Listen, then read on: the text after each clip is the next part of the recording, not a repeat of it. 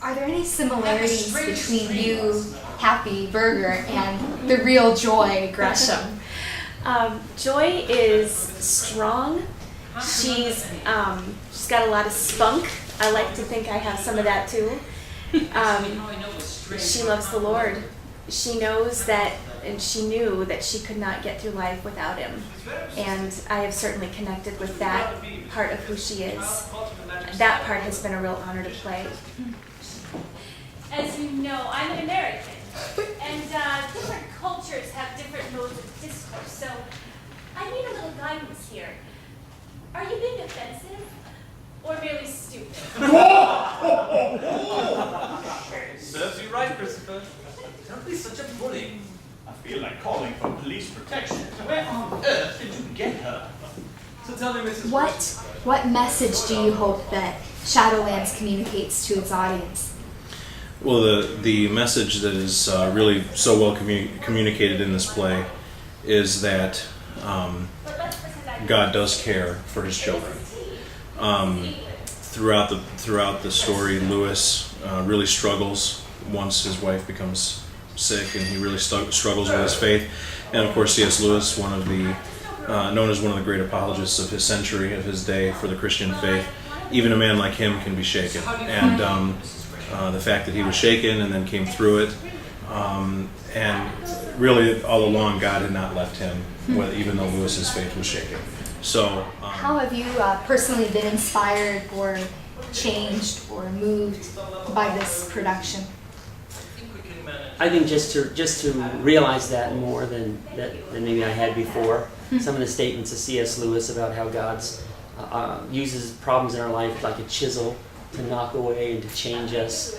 It helps you not be discouraged when a difficult time comes. You can always know that God has a purpose, and that at the end of it we'll be better and stronger than at the beginning. So I guess. What message do you hope that Shadowlands will communicate to the audience that comes? Hope. You know, I'm a pastor, so I have people ask me questions about big things sometimes. You know, life. Why is life not fair? Does God hear me? Is it okay to be mad at God sometimes? And Jack did such a great job answering those type of questions when he was alive. And I want people to hear what he had to say, because he really gives great answers. Because it's okay to ask those kinds of questions. It's okay to have doubt sometimes, and then let God reveal Himself through that situation. And I think Shadowlands does a great job of answering some of those questions. So I'm hoping. I think you're being a little hard on the poor and the needy, Jack. No room at the end, remember?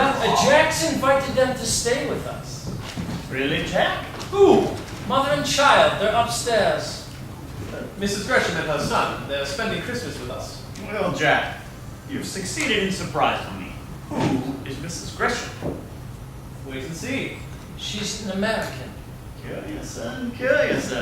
Merry Christmas! Ah, Joy. Joe, can you tell me what first intrigued you about Shadowlands, or about this particular show that made you want to try out for it? Sure. When I heard what production they were doing in Shadowlands, I wasn't extremely familiar with it. But I knew that C.S. Lewis had written the play they did before this, The Lion, the Witch, and the Wardrobe. So I went online and I watched it. And the story was just, it blew me away, because there's so many elements to the story. The characters are always changing. So I just found it really intriguing, and for what Overshadow represents, what they're all about. When they say the intertwining God in everyone, they do. And so it was, I said, throw caution to the wind. I'm going to go try out, see what happens. And now I'm sitting here. So. That's awesome. How have you been personally touched or inspired by Shadowlands and the story of the play? I actually, for the first time, was able to watch the end of the show a week ago, and of course it was very emotional. And it's just that there is so much pain that everyone has to go through, whether it's a death by someone or just the distance from someone. And it's really touching to see how C.S. Lewis and his love for joy and his love for God really gets him through everything. And even though it may be difficult, that there's always that rock that's there for you, and that God has made you for a purpose, and that pain and that suffering has a purpose in your life, and there's something better waiting for you that God is going to provide for you. So can you tell us a little bit about your part in the play, Christopher? Who he is, and you're playing Douglas, right? Just tell us a little bit about that.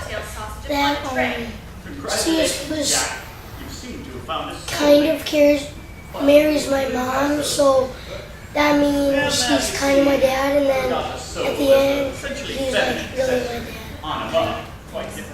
How do you think he got along with his stepfather, his C.S. Lewis, who eventually became his dad?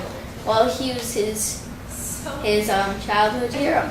It's every kid's dream to live with your lifelong hero. Have you developed any new insights into the life of C.S. Lewis or into his writings? Well, yes. I think reading his writings now, especially the Narnia books. I read The Last Battle this summer just as part of preparation for this, and it's amazing how much more lively just his words on the page come to life more, and when you have an insight into who he was and how he wrote and what he did as a child. He had all these playful thoughts as he was a child, and he spent a lot of time alone, so he had to create these worlds, and that translated into what he eventually put into Narnia. And I think that I've really gained insight into him, and I can just appreciate his writing so much more. I don't mind that, but she's got her hooks in you. You must see that. She's a married woman, Christopher, and a committed Christian. Now that may not warm the cockles of your heathen heart, but it does mean she probably doesn't have adulterous designs on me. Never send to know for whom the wedding bell tolls, Jack. Look at you, all worked up over nothing. Fear not, she's harmless, as she sails back to New York after Christmas. Beware Christmas, Jack. Remember what happened to Scrooge?